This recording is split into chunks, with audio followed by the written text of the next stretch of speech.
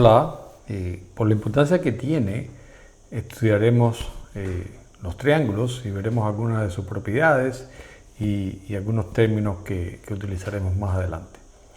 La definición más sencilla de un triángulo es que es una porción cerrada del plano limitada por tres segmentos. Por ejemplo, en pantalla estamos viendo un triángulo que está limitado por los segmentos AB, AC y BC. A estos segmentos le llamamos los lados del triángulo y las intersecciones de estos segmentos, o sea, los puntos A, B y C, se llaman los vértices del triángulo.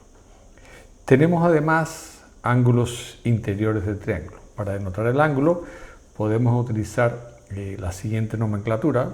Por ejemplo, el ángulo alfa en la figura, que está delimitado por los segmentos AC y AB, nos podemos referir a él como el ángulo CAB. En este orden, donde en el centro de estas tres letras estaría el vértice, ¿no?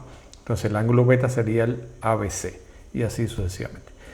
Para facilitar, bueno, como estamos viendo, nombraremos los lados como A, B y C en minúscula. Y entonces el ángulo alfa, noten que tiene como lados adyacentes a los lados B y C y como lado opuesto al lado A. De igual manera, el ángulo beta tiene como lados adyacentes a y C y el lado opuesto sería el B.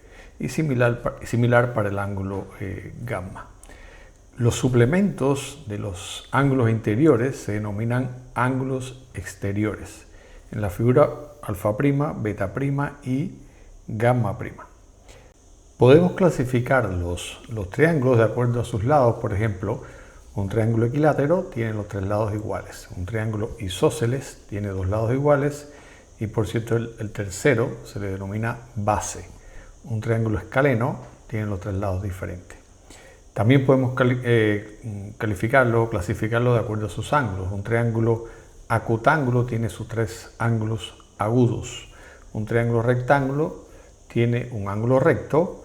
Y en este caso, por cierto, lo vamos a utilizar más adelante, los ángulos de los lados que forman el ángulo recto se denominan catetos y el lado opuesto se le llama hipotenusa. Y por último tenemos el triángulo obtusángulo, que es cuando tiene un ángulo obtuso, o sea, mayor a 90 grados. Veamos ahora algunos teoremas sobre triángulos. El primero de ellos es uno de los más conocidos, es que la suma de las medidas de los ángulos interiores de un triángulo es 180 grados. Y la demostración es muy simple, la podemos hacer simplemente trazando una recta paralela a uno de los lados y que pase por el vértice opuesto. En la figura la recta L, que pasa por el vértice C, es paralela al lado AB y por lo tanto el ángulo alfa prima que estamos denotando es alterno interno con alfa y de la misma manera beta y beta prima también son alternos internos, por lo tanto eso significa que alfa más beta más gamma es 180, que es el ángulo extendido, y con eso queda demostrado. Entonces los ángulos interiores de un triángulo equilátero, los tres lados son iguales, todos miden 60 grados. La suma de las medidas de los ángulos exteriores de cualquier triángulo es 360 grados. En todo triángulo, la medida de un ángulo exterior es igual a la suma de las medidas de los ángulos interiores no adyacentes a él. Por ejemplo, beta prima es igual a alfa más gamma. No es difícil demostrarlo con lo que habíamos visto anteriormente. En un triángulo isósceles, los dos ángulos basales son iguales. Un lado de un triángulo siempre es menor que la suma de los otros dos. Esta, por cierto, es una condición de existencia de un triángulo, o sea, siempre tiene que cumplirse eso. Dados sus lados, siempre debemos comprobar que la suma de dos de sus lados no puede ser mayor que el tercero de ellos. Se le llama altura en un triángulo al segmento que une un vértice perpendicularmente con el lado opuesto, como estamos viendo en pantalla ahí para estos triángulos, las tres alturas que tiene. Por cierto, el área de un triángulo es igual a un medio del lado de la base por su altura correspondiente. También existe, por cierto, ya que estamos aquí, otra fórmula menos conocida para calcular el área de un triángulo, y es la fórmula de Herón, que si conocemos los tres lados y denotamos como S el semiperímetro, o sea, un medio de A más B más C. Recuerden que el perímetro del triángulo sería la suma de sus tres lados. Entonces, a partir de estas, si conocemos A, B, C y el semiperímetro, entonces el área sería la raíz de S por S menos A, por S menos B, por S menos C. Veamos ahora un poco de congruencia y semejanza de triángulos. En general, dos figuras son congruentes si al poner una sobre la otra son idénticas o iguales.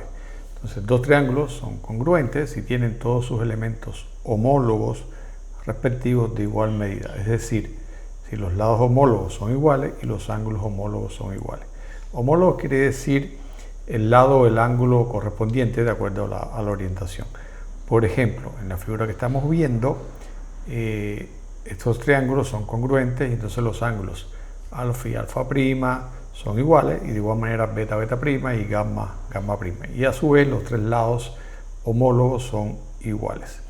A nosotros nos interesa, por ser más general, definir criterios para que dos triángulos sean semejantes. De forma general, las figuras son semejantes y tienen la misma forma, ¿no? Entonces, dos triángulos son semejantes cuando tienen sus tres ángulos respectivamente congruentes, o sea, iguales, y sus lados homólogos son proporcionales. Veamos algunos criterios de semejanza, ¿no? Entonces, dos triángulos son semejantes, como habíamos dicho, si tienen sus tres ángulos homólogos respectivamente, o ángulos homólogos respectivos que sean congruentes, o sea, que sean iguales. Si comprobamos que los tres ángulos de un triángulo son iguales a los tres ángulos de otro triángulo, entonces los triángulos son semejantes. Por cierto, basta con comprobar que dos ángulos sean similares, porque el tercero por consecuencia también lo será, pues la suma tiene que ser 180 grados. Otro criterio nos dice que si tenemos dos lados homólogos proporcionales y los ángulos comprendidos entre ellos son congruentes, entonces los triángulos son semejantes. Por ejemplo, en la figura se cumple que la relación entre los lados AC y DF es la misma que entre BC y FE, y que el ángulo ACB es igual al ángulo DFE. Entonces los dos triángulos son semejantes.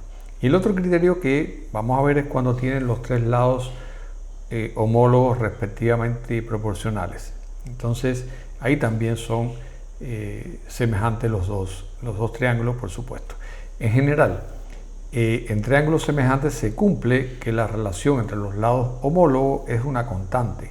Esa constante se llama o se conoce como razón de semejanza, ¿no? Entonces, claro, todos los lados están como multiplicados por una cierta constante. Veamos ahora el teorema de Tales, primero su versión particular y luego la general.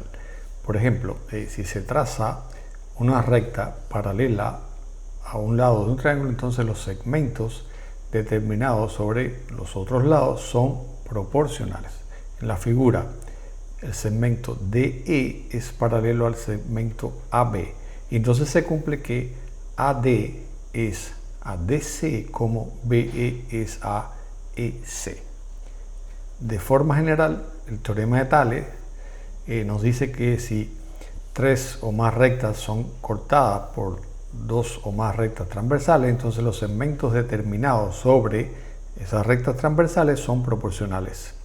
En la figura, L1, L2 y L3 son rectas paralelas y tenemos dos rectas secantes que intersectan esas rectas paralelas. Se cumple entonces que AB entre BC es igual a DE entre EF. Ese es el teorema de Tales. El teorema de Pitágoras nos dice que un triángulo rectángulo, el cuadrado de la medida de la hipotenusa es igual a la suma de los cuadrados de las medidas de cada uno de los dos catetos. El teorema de Euclides, que puede ser muy útil, nos dice que el cuadrado de la medida de la altura respecto de la hipotenusa es igual al producto de las proyecciones de los catetos sobre la hipotenusa. O sea, h al cuadrado es igual a p por q. P más q es c.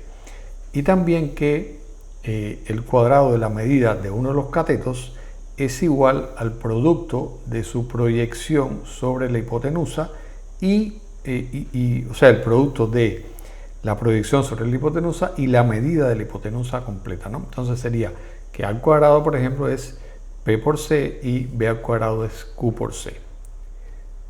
Este teorema de Euclides puede ser demostrado muy fácilmente por semejanza de triángulos. Los triángulos que estamos viendo ahí en pantalla son semejantes y por lo tanto podemos llegar a esas relaciones que recién vimos. Pero bueno, hasta aquí algunas de las propiedades de los triángulos que les puedan resultar útiles para enfrentar problemas que verán en la física. Así que bueno, ahora tienen que practicar un poco de todos estos conceptos.